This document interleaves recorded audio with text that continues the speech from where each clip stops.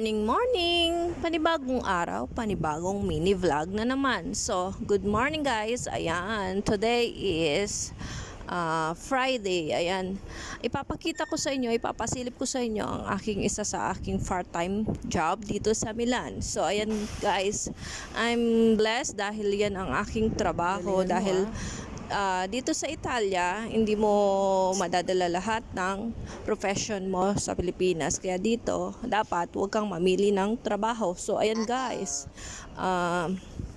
Dayaan ay maraming trabaho. So, isa lang yan sa aking trabaho. So, alam naman ninyo dito sa Italia, mas maganda, mas maraming trabaho, the more salary, di ba? So, ayan guys, I am proud to be Inday kasi dyan ako nakapag-invest, nakakapag-ipon, nabibili namin ng mga gusto naming bilhin,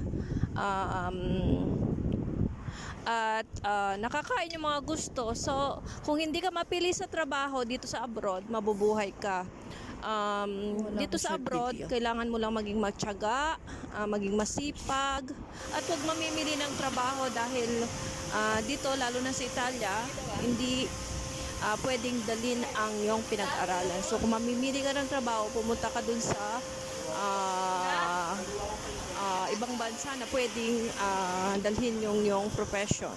So, dito, kailangan mo muna mag-aral bago mo ma-applyan yung work na gusto mo o yung profession mo na pinag-aralan sa atin. So, syempre, lalo na kung ikaw ay may pamilya na, hindi mo na kailangan mag-aral dito dahil kailangan mo nga agad kumita. So, yun ang gagawin mo.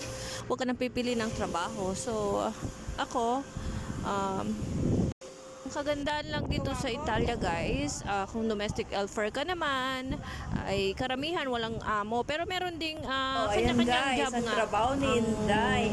Nasa sa iyo kung anong Naglilinis, kukunin mong trabaho. Siyempre, lalo na kung nauna ka dito, pag-aaralan mo pa yung language nila dahil karamihan dito ay hindi nakakapagsalita ng English. So, ayan guys.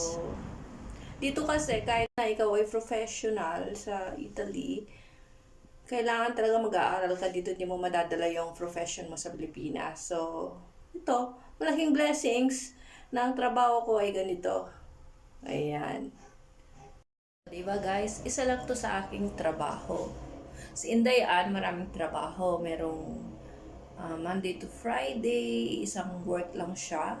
Ay Monday to Sunday yung isa. Kasi karamihan ng trabaho ko ay sa negosyo.